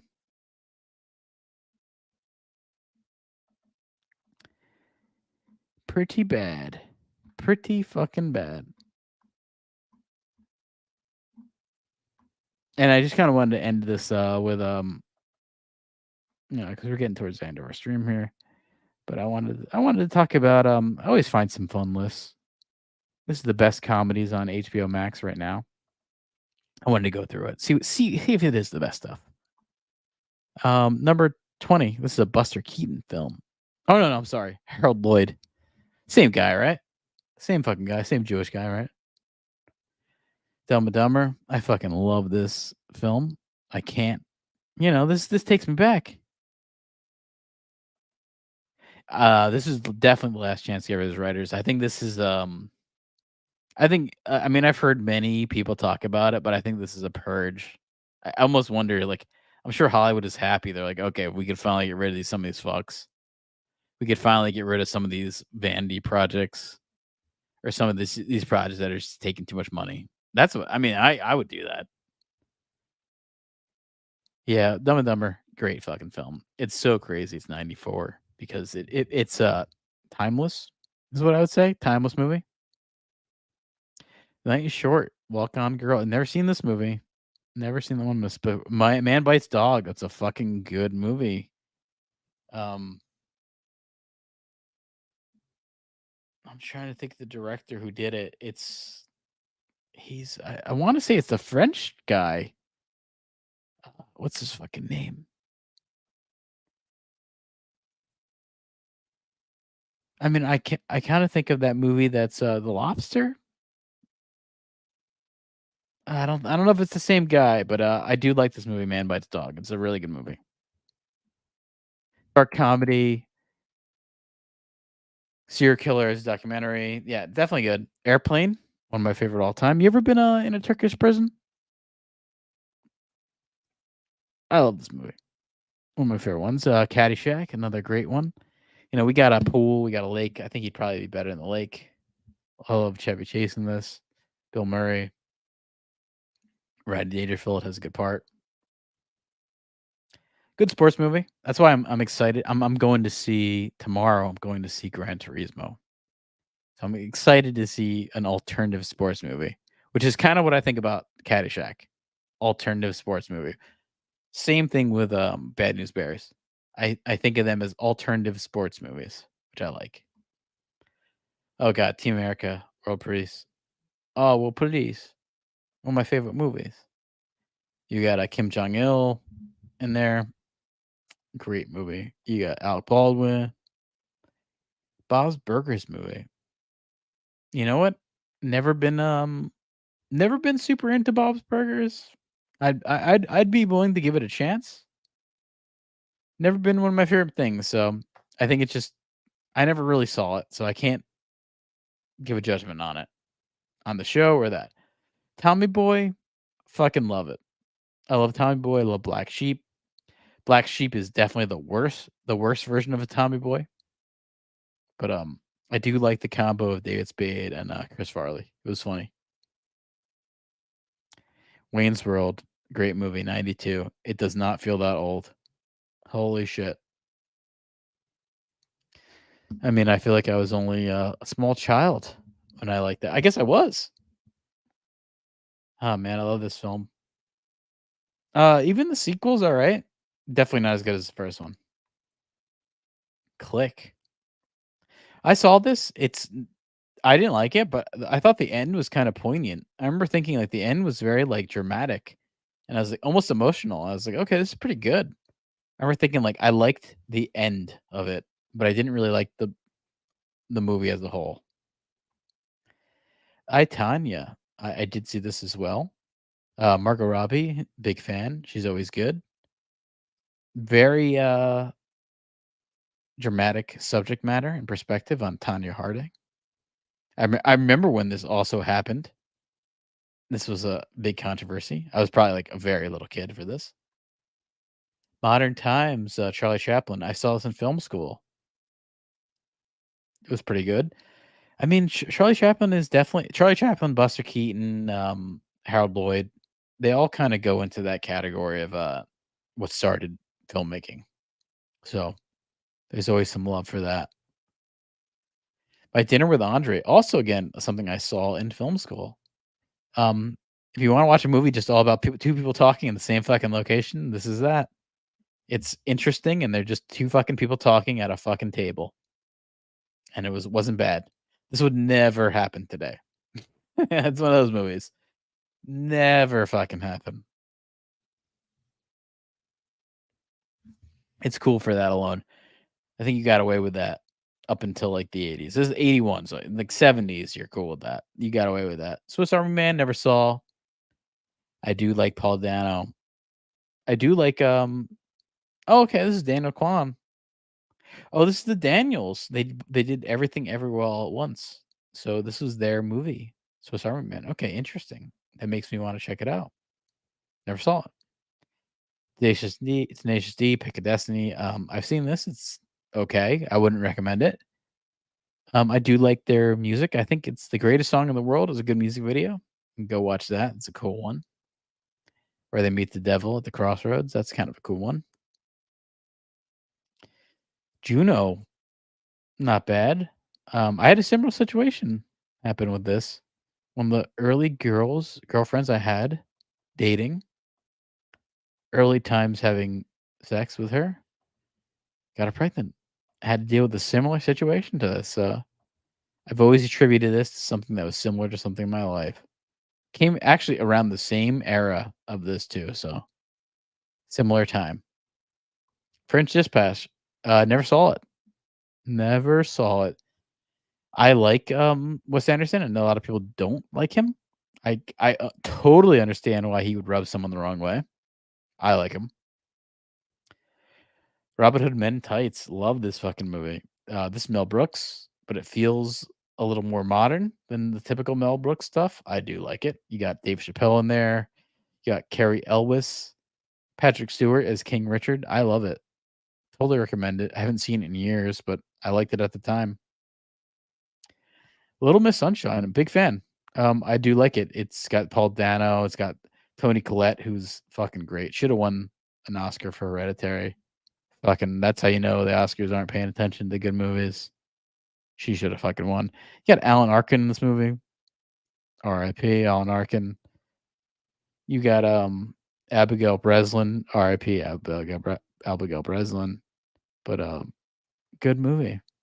I loved it. But we'll be back on Tuesday. Lovitz will be back. And we will be talking about new news, new stuff. But in the meantime, we're on Discord. I got the chat in there. In the chat, you can find our Discord. But we're Wizard_. I think it's Wizard_Shack, right? Let me see what I got written down here. Hold on. I got some too much booze here. Twitter.com/Wizard_Shack. You could find us there. You could find us on YouTube as WizardShack. You could find us on Twitch at WizardShack Media. We are there. So go visit us and like and subscribe and all that shit. I feel retarded. I'm retarded?